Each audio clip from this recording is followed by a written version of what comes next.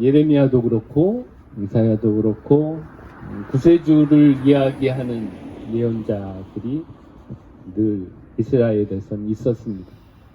그런데 구세주를 이야기하는 예언자들은 늘 불행한 시대의 예언자들이었습니다.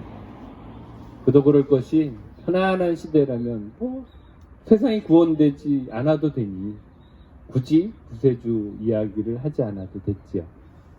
예레미야 역시 북방 민족들 아시리아와 그리고 바빌론의 침략으로 인해서 유배를 당하는 그런 처지의 고통 중에서 예언을 했던 예언자입니다. 남과 북이 갈려져서 남쪽은 유다로 북쪽은 이스라엘로 두 다윗 왕조 솔로몬 이후에 다윗 왕조가 둘로 갈라져 아픔도 겪은 예언자였죠. 이 예언자가 구세주께서 다시 오심을 이야기하는데 그 다시 오심은 이제는 좀 다른 소위 말하는 성조들의 하느님 그분이 오시는 것이 아니라 다른 구세주를 이야기합니다. 우리를 이집트 땅에서 이집트 종살이에서 구원해내신 그래서 가나안에 정착해서 살게 하신 그 하느님이 아니라 북방민족의 유배 가서 그곳으로부터 우리를 구출해내신 하느님인데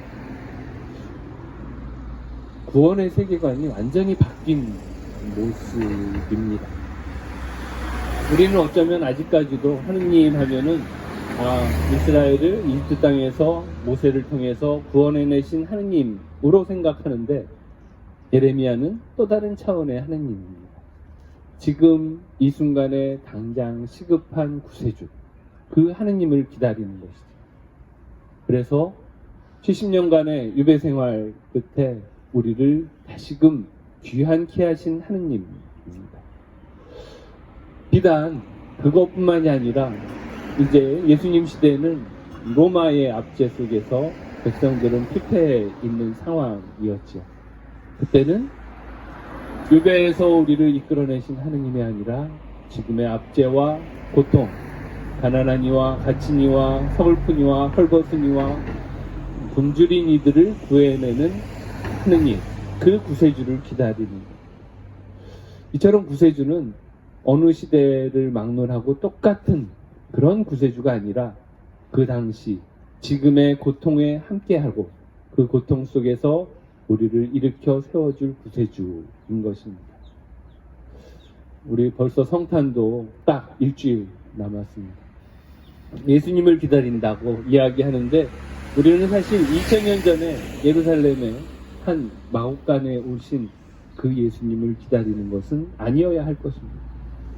바로 지금 이 순간에 구원에 대한 갈망이 극도로 큰 바로 그곳에 오시는 예수님이어야 하는 것이죠. 얼마 전에 그 구유에 대한 이런저런 이야기를 하고 이런저런 소개를 하는 과정에서 팔레스타인의 그 가자 지구에 완전히 허물어진 건물에 놓여진 구유 사진을 봤습니다. 우리 시대의 예수님은, 우리 시대의 구세주는 바로 그런 자리에서 오시는, 그런 자리에 오셔야 합당한 구세주인 것이죠. 오늘 요셉은 착한 사람이었죠, 복음에서.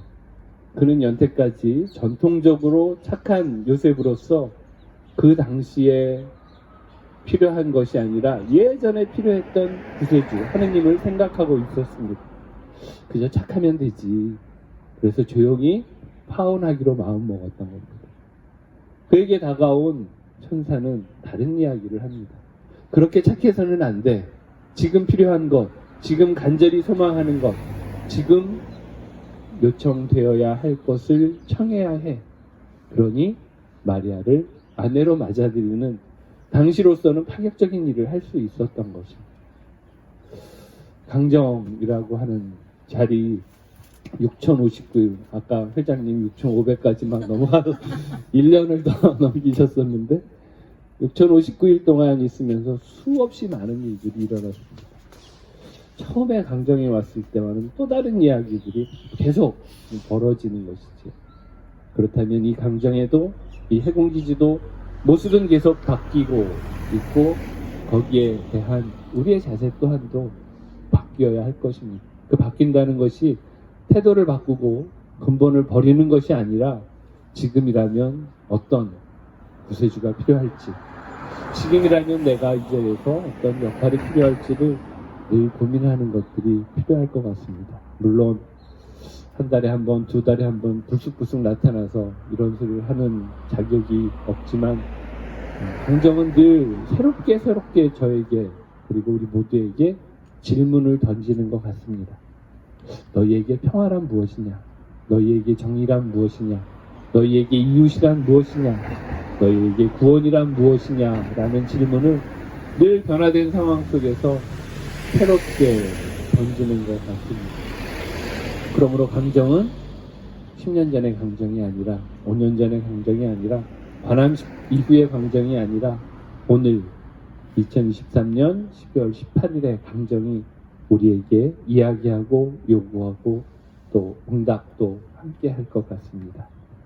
그곳에 마음을 기리고 또 뜻을 다해서 최대한 응답하는 것, 그것이 우리가 오늘 성탄을 맞이하는 자세가 아닐까 싶습니다. 그래도 어떠한 처지에서도 기쁜 성탄이기를, 가장 필요한 곳에 가장 필요한 모습으로 오시는 구세주를 함께 맞이하기를 기대합니다.